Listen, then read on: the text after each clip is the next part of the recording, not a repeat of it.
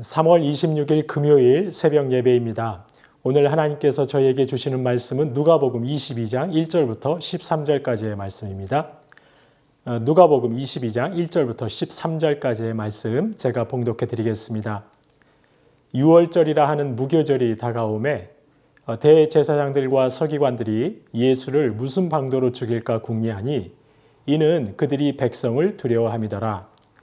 12 중에 하나인 가룟신이라 부르는 유다에게 사탄이 들어가니 이에 유다가 대제사장들과 성전 경비 대장들에게 가서 예수를 넘겨줄 방도를 의논하매 그들이 기뻐하여 돈을 주기로 언약하는지라. 유다가 허락하고 예수를 무리가 없을 때에 넘겨줄 기회를 찾더라. 유월절 양을 잡을 무교절 날이 이른지라 예수께서 베드로와 요한을 보내시며 이르시되 가서 우리를 위하여 유월절을 준비하여 우리로 먹게 하라. 여짜오되 어디서 준비하기를 원하시나이까?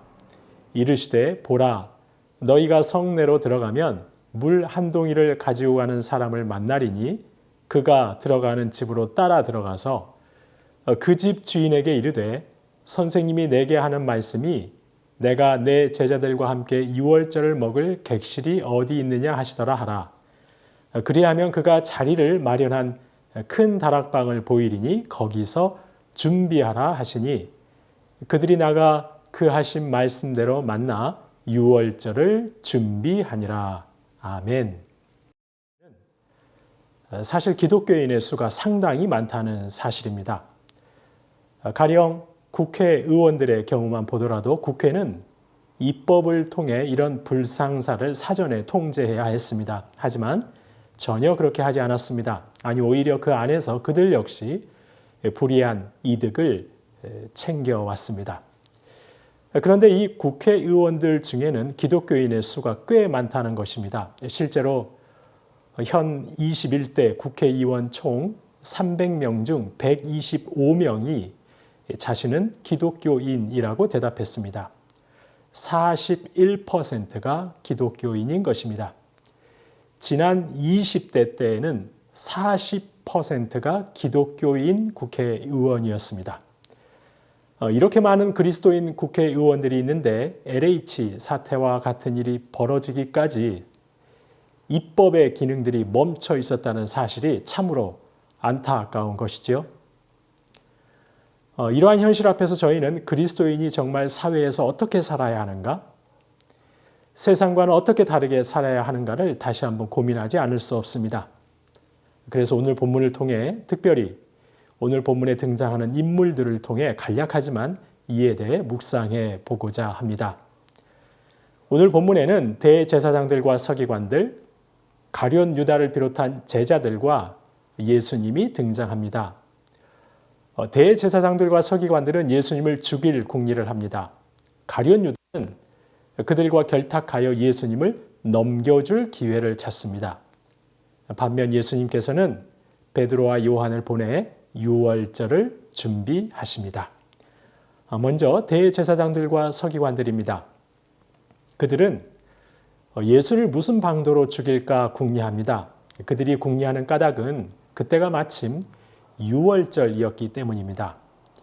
유월절에는 예루살렘의 인구보다 더 많은 유대인들이 각지에서 예루살렘으로 몰려왔습니다. 그러다 보니 은밀하게 예수님을 체포하고 죽일 방법을 찾기가 쉽지 않았던 것이죠. 더구나 유월절은 애굽이라는 거대한 제국으로부터의 독립을 기념하는 절기입니다. 각처에서 올라온 순례자들이 언제든 로마로부터의 독립을 요구하며 혁명 세력으로 돌변할 수도 있었습니다. 만약 백성들에게 인기 있는 예수를 잡아들였다가 행여 백성들이 소요라도 일으킨다면 로마와 결탁해서 온갖 이권을 누리고 있는 대제사장들에게는 큰 일이 아닐 수 없었습니다. 예수를 잡아 죽이기 위해 궁리할 수밖에 없었던 것이죠. 그들에게는 조국도 민족도 하나님도 다 필요 없습니다. 오직 자신들의 기득권만 유지할 수 있다면 무슨 일이든 못할 것이 없는 자들이었습니다. 하지만 성도님 여러분, 사실 종교 지도자들이라고 하면 그들은 무엇보다 하나님의 뜻을 구하는 자들이어야 합니다. 자신들의 자리나 기득권을 구하기보다는 하나님의 뜻을 구해야 합니다. 하나님의 뜻에 따라 백성들을 섬겨야 합니다. 그런데 그렇지 않았습니다. 그들은 오직 자신들의 자리 보존하는 데에만 정신이 팔려 있었습니다.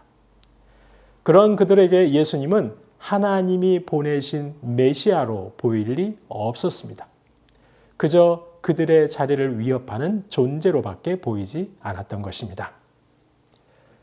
이어서 살펴볼 사람은 가룟 유다입니다. 유다는 이렇게 예수님을 잡아 죽일 궁리를 하고 있는 대제사장들을 먼저 찾아갔습니다.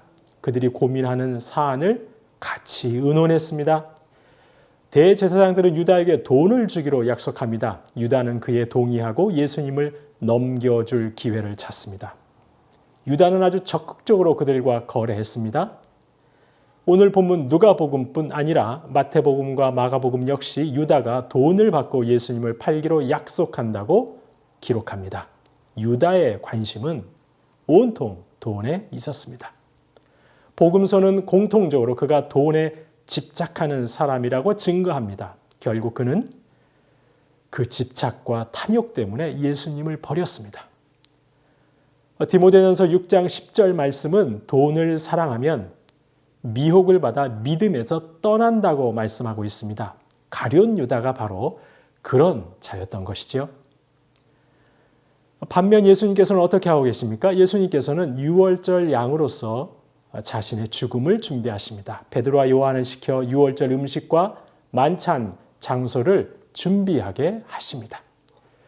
출애굽 구원의 은혜를 기억하고 감사하는 유월절에 예수님이 유월절 어린 양으로서의 죽음을 준비하십니다.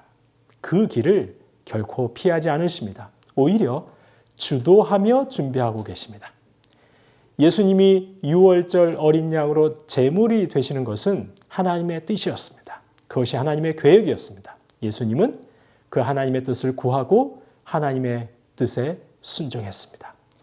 예수님이 순종하신 이 길은 온 인류를 살리는 길이었습니다. 구원이 완성되는 길이었습니다. 하나님의 구원 계획이 다 이루어지는 길이었습니다. 성도님 여러분, 하나님께서는 저희 각자를 저마다의 삶의 자리로 부르셨습니다. 그 자리에서 하나님의 뜻이 이루어지도록 일하라고 부르셨습니다. 그런데 그 자리에서 기득권을 차지하고 그것을 유지하는 데에만 혈안이 되어 있다면 그 사람은 절대 주님의 영광을 드러낼 수 없을 것입니다.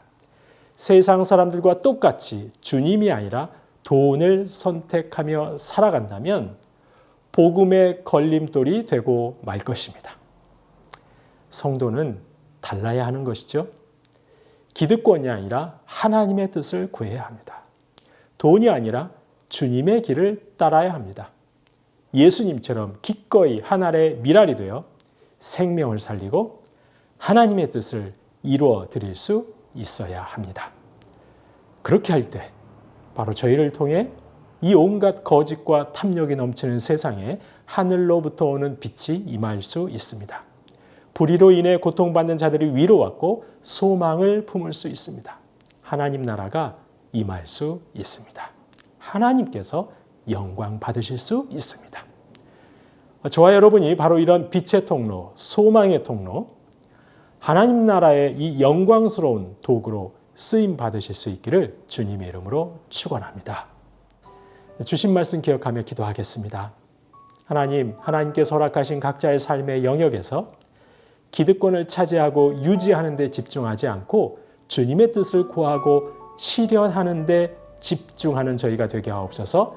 돈에 대한 집착과 탐욕이 아니라 하나님의 뜻을 구하고 주님처럼 한 알의 밀알이 되어 생명을 살리고 하나님의 뜻을 이루어드리는 참된 주님의 자녀 되게 하옵소서.